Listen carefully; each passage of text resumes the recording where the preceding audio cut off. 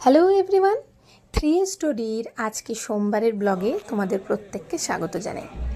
আজ কিন্তু আমি আমার একটা খুব গুরুত্বপূর্ণ দিনের আনন্দ তোমাদের সবার সাথে ভাগ করে নেব বলে চলে এসেছি। 1 মাস আগে তোমরা দেখেছিলে যে আমরা কিন্তু গাড়ির সার্চিংয়ে ছিলাম, মানে আমাদের ফ্যামিলির একটা কার প্রয়োজন, আর তার জন্য আমরা আমাদের পুরনো কারটা সেল করে দিয়ে নতুন গাড়ির খোঁজ করছিলাম।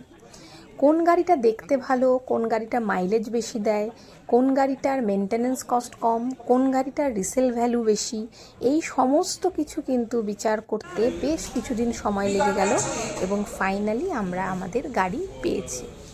আমি আজকে বলি আমি এখানে দেখতে পাচ্ছ যে মারুতি সুজুকিরই একটা শোরুমে রয়েছি।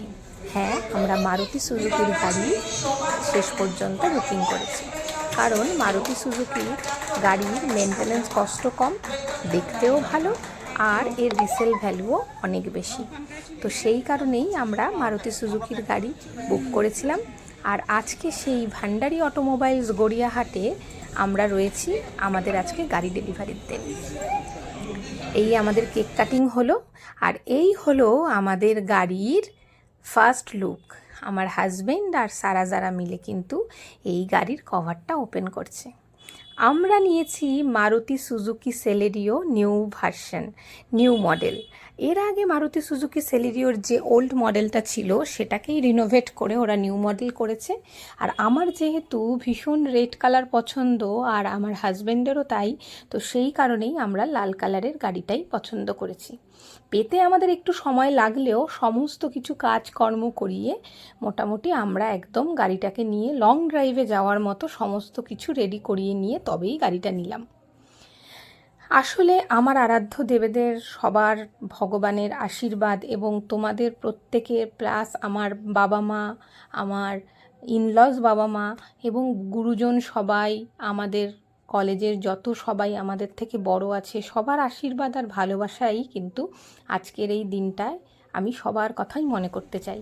কারণ প্রত্যেকের ভালোবাসা আর আশীর্বাদ না থাকলে এই ছোট ছোট স্বপ্নগুলো এই এত বড় আকারে পূরণ করা কিন্তু সম্ভব হয় না।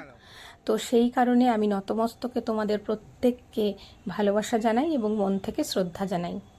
আজকের এই দিনটা আমাদের কাছে ভীষণ স্পেশাল।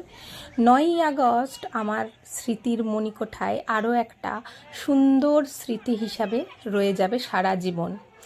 এরপরে গাড়ি নিয়েই আমরা কিন্তু চলে এসেছিলাম মায়ের দর্শনে। যেহেতু আমরা টালিগঞ্জে থাকি, তাই আমাদের কাছে কাছাকাছি মায়ের বাড়ি বলতে তো কালীঘাট। তো আমরা কিন্তু তাই কালীঘাটে চলে এসেছিলাম আমাদের গাড়ি পুজো দেওয়ার জন্য।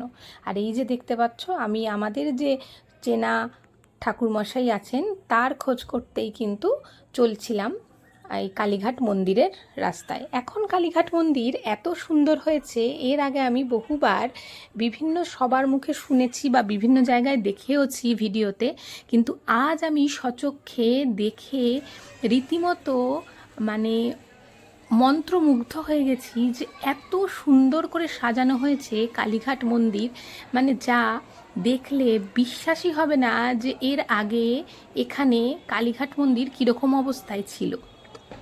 এই যে দেখো, মন্দিরের 2 নম্বর গেট দিয়ে আমার মা, বাবা, আমার শাশুড়ি মা, আমার বোন, আমার 2 মেয়ে, আমার হাজব্যান্ড আর আমার বোনের ছেলে কিন্তু যাচ্ছে।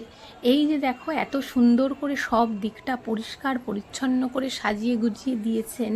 তো সেই কারণে এই কালীঘাট মন্দির যেন এখন সবার কাছেই বড় আকর্ষণের একটা বিষয়। আমি আজ বহুদিন বাদে কালীঘাট মন্দিরে এলাম, যদিও সেটা গাড়ি পুজোর জন্য, কিন্তু তবুও যেন কালীঘাট মনে হলো আমি নতুন আবার দেখছি। কারণ এর আগের কালীঘাটের সাথে আমি এই কালীঘাট মন্দিরের কোনো রকম মিলই খুঁজে পাচ্ছিলাম না। এইখান থেকে আমি একটা মালা নিয়ে নিলাম।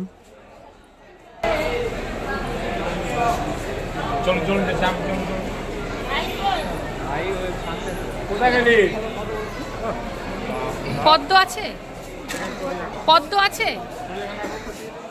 একটা পদ্ম দেবেন।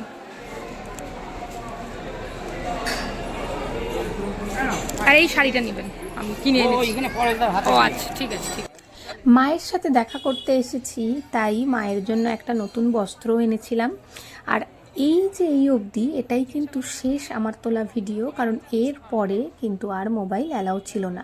আর আমিও তাই জোর করে মায়ের মন্দিরের ভিতরের ভিডিও তোলার চেষ্টা করিনি, কারণ সেটা কিন্তু অপরাধ। কি বলো তোমরা? আমি ঠিকই করেছি তো? তাই তোমরাও যদি কালীঘাট মন্দিরের নতুন রূপ দেখতে চাও, তাহলে তোমরাও কিন্তু নিজেদের চোখে আরও একবার করে গিয়ে দেখে এসো। এবার চলে এলাম আমরা গাড়ি পুজো করতে। মন্দিরের ভিতর থেকে পুজো করিয়ে নিয়ে এসে আমাদের যে পুরোহিত মশাই ছিলেন, উনি আমাদের গাড়িটা পুজো করে দিচ্ছিলেন। এই যে দেখো, আমরা দুজনে মিলে গাড়িটা পুজো করছি, যাতে এই গাড়িটা সারাটা জীবন আমাদের সাথে খুব ভালোভাবে থাকতে পারে এবং গাড়িটা যেন আমরা ঠিকঠাক করে রাস্তায় নিয়ে বেরোতে পারি, সমস্ত কিছু বাধা বিপত্তি কাটিয়ে যেন গাড়িটা এগিয়ে যেতে পারে, সেই সমস্ত কামনা করেই কিন্তু আমরা পুজো করছিলাম। গাড়ি পুজো সাধারণত বিশ্বকর্মা পুজোর দিনও করা হয়, কিন্তু নতুন গাড়ি কিনলে আমরা সাধারণত মায়ের বাড়ি বা কাছাকাছি যে দেবদেবীর বাড়ি থাকে তার বাড়ি পুজো করাই। তো আমি সবসময়ই কোনো নতুন কিছু কিনলে পরে পুজো করানোর জন্য এই কালীঘাট মন্দিরেই এসে থাকি। এই যে দেখো, আমাদের কালীঘাট মন্দিরের যে পুরোহিত মশাই, উনি আমাদের গাড়িটা খুব সুন্দর করে পুজো করে দিচ্ছেন। আর আমার হাজব্যান্ড এই পুরো পুজোর দায়িত্বে রয়েছে, কারণ ওকে দিয়েই পুরো কাজটা করানো হচ্ছে। আমার মেয়েরাও ভীষণ আনন্দ পেয়েছিল, কারণ প্রথম তো কালীঘাট মন্দিরে মায়ের দর্শন ভীষণ ভালোভাবে হয়েছিল, আর তারপরে এই গাড়ি পুজো যে এত সুন্দর করে হচ্ছিল সেটাও ওরা দেখতে পেয়ে ওদের বেশ ভালো লাগছিল। যে এই ধরনের জিনিস ওরা এর আগে মানে অতটা ছোট ছিল যখন আমার বাবার গাড়ি কেনা হয়েছিল, সেই সময় অতটা বুঝতে পারিনি যতটা এখন বুঝতে পারছে যে কিভাবে সব কিছু হচ্ছে। কেমন লাগলো তোমাদের এই আমার গাড়ি কেনার ভিডিও? আর এই গাড়ির একটা ফুল রিভিউ আমি কিন্তু এরপরে আমার এই চ্যানেলে আপলোড করব, সেটার জন্য তোমরা দেখতে থেকো 3A স্টোরি। আর এই ভিডিওটা ভালো লাগলে ভিডিওর শেষে কিন্তু একটা লাইক করো, আর কমেন্ট করে জানিও তোমাদের কে কে কালীঘাট মন্দিরে নতুন আবার গিয়ে দেখে এসেছো, বা কালীঘাট মন্দিরে যেতে হলে কিভাবে কি যাবে সেই সমস্ত কিছু জানতে হলেও কিন্তু কমেন্টে জানিও। ভালো থেকো সবাই, খুব শিগগিরই নতুন ব্লগে আবার দেখা হচ্ছে। ততক্ষণ সাথে নিয়ে চলো 3A স্টোরিকে, আর আমাদের সবাইকে এইভাবেই ভালোবেসে এগিয়ে চলতে সাহায্য করো। ভালো থেকো সবাই।